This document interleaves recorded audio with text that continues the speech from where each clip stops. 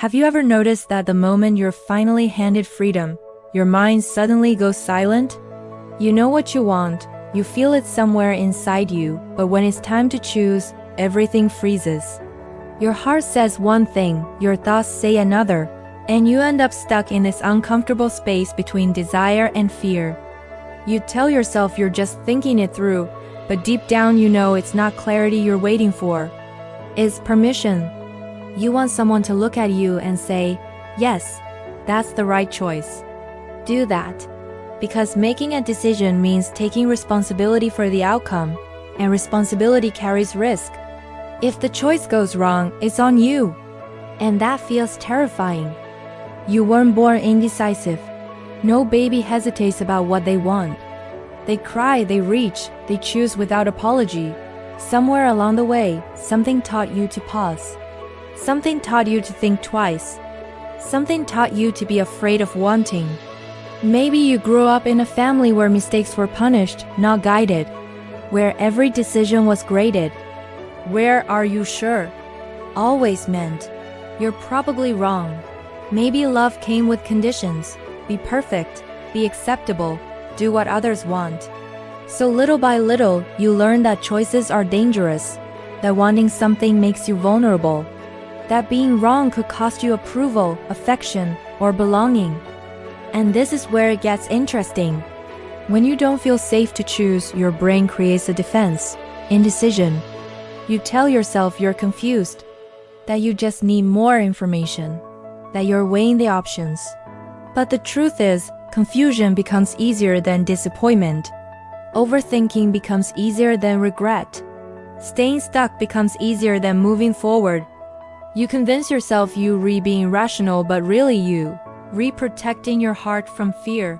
Fear of being judged, fear of failing, fear of hurting someone, fear of choosing a life that isn't acceptable to the people you care about. You start outsourcing your choices to others. What do you think? What would you do? Is this the right move? You try to gather validation like armor, hoping enough certainty will make the fear disappear. But the problem is, no one else can feel your life for you. They can't carry the consequences of your decisions. And so even with their advice, the fear remains. Even when you get approval, the doubt returns. And the cycle repeats. Once something gives fear, wanting gives freeze, gives wait for someone else, gives panic when it is still your choice. And here's the twist. The more important the decision, the harder it becomes. When a choice actually matters to your identity, who you are, who you want to be, your body treats it like a threat. The stakes feel bigger. Your nervous system fires alarms. You start imagining the worst-case scenario. One wrong choice could ruin everything, right? So you hesitate, you stall. You shrink yourself into the safest option, no option. But safety has a price. The longer you avoid choosing, the more you lose touch with what you want.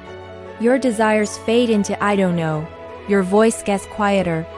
You start to believe that you genuinely don't have preferences, that you're just easygoing, flexible. But deep down, you're not empty. You're just hidden. Think about all the dreams you once had, the ones that felt bright and alive before fear got a hold of them. Think about the hobbies you abandoned, the ideas you never pursued, the opportunities you let expire. Not because you didn't want them, but because choosing them felt too risky. Every time you silence a desire, you disconnect from yourself. And over time, that disconnect turns into identity confusion. You look in the mirror and feel like a stranger. You ask yourself, what do I actually like? Who am I really? You want a life that feels like yours, but you're scared to claim it. It's not your fault. Your brain is doing what it believes will keep you safe. When choice feels tied to danger, it responds with paralysis. The anxiety, the overthinking, the endless pros and cons, that's your nervous system trying to protect you from pain. Indecision isn't laziness, it's self-protection. But imagine this. Imagine a version of you who is allowed to choose wrong sometimes, who sees mistakes as part of growth, not proof of failure. Imagine letting yourself want something boldly, Imagine trust in your ability to adapt even if things don't go perfectly. Decisions don't define your worth. They shape your path. And paths can change. You don't need perfect clarity to move. You don't need everyone's approval. You don't need to be certain of the outcome.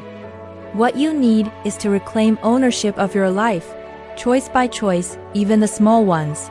Start with things that feel less terrifying. Pick a restaurant. Choose an outfit because you like it, not because others will. Say "I want this" without apologizing. These tiny acts send signals to your brain. It is safe to choose.